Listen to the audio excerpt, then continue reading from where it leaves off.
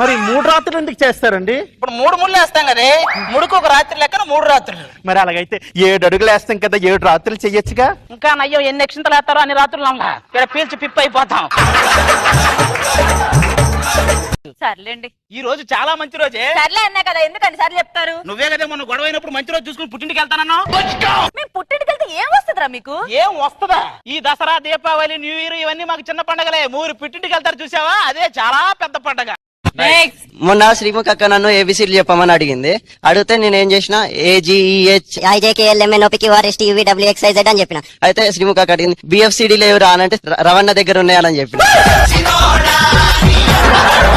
ఆ పక్కింటి కోట వేణు బాబుని చూడండి, 1000 మంది పిల్లలకి అన్నాడు. వాడు కాపురం చేయట్లేదు, అదే ఉద్యమంలా చేస్తున్నాడు. నాకు నెల తిరిగేలోపు అరవింద్ స్వామి లాంటి కొడుకు కావాలి. ఆశకు కూడా హద్దుండాలి. నేను కాపురం చేస్తే అరవింద స్వామి ఎందుకు పడతాడే? పక్కింటి వెంకటరావు చూసి ఈ పక్కింటోళ్ళు వెనకింటోళ్ళ గురించి నాకు చెప్పకు. నేను నాలాగే ఉంటా, అంతేగాని హృతిక్ రోషన్ లా బాడీ పెంచు, రజనీకాంత్ లా బీడీ కాల్చుంటే నా వల్ల కాదు.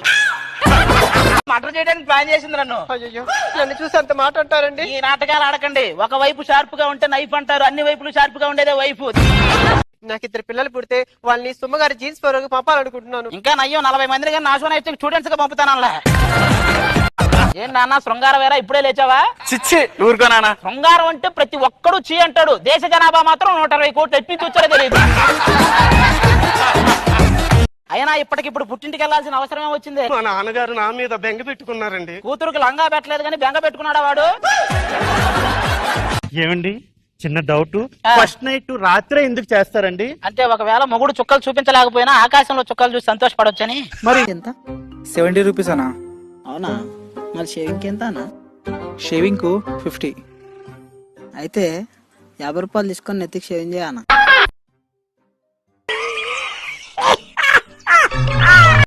ఈ నగరానికి ఏమైంది? 500 అప్పండి నాకైతే, 500 అప్పండి నాకైతే. అరే నువ్వు ఎందుకు పడుతున్నావు అబ్బాయి అప్పటి నుంచి?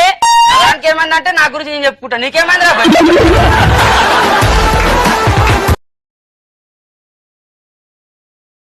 ఆనందాన్ని ఎవరు కోరుకో? అబ్బా నేను నాకు అబ్బా ప్లీజ్ అరే నాకు రే ఒక్కసారికి నాకు ఈ రారు ప్లీజ్ రా ఒక్కసారికి నాకు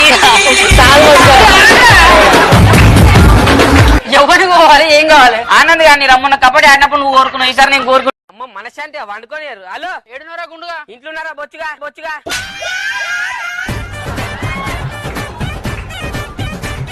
ఏమ్రా బొచ్చుగా అంటున్నావు? నువ్వెందుగా గుండుగా అంటున్నావు? అవరా భయ నీకు గుండు ఉంది కాబట్టి గుండుగా అంటున్నా, నీకు బొచ్చుగా ఎవరు బొచ్చుగా అంటురా? ఏంటి నుంచొని తింటున్నా? పిల్లాన్ని సంపాదిస్తుంటే కూర్చొని తినడానికి సిగ్గులేదా అన్నాడు ఎవడు, అందుకే నుంచొని తింటాను.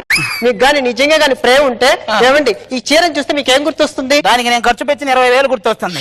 ఏమండి, మీరు పెళ్లి చూపులకు వచ్చేప్పుడు కట్టుకున్న చీర అంటే నేను చూడకుండా పెళ్లి చేసుకున్నారా? ట్రైన్ కింద పడి చావాలనుకునేవాడు వచ్చేది శతాబ్ది ఎక్స్ప్రెస్ అని చూడటం, చచ్చిపోవటమే.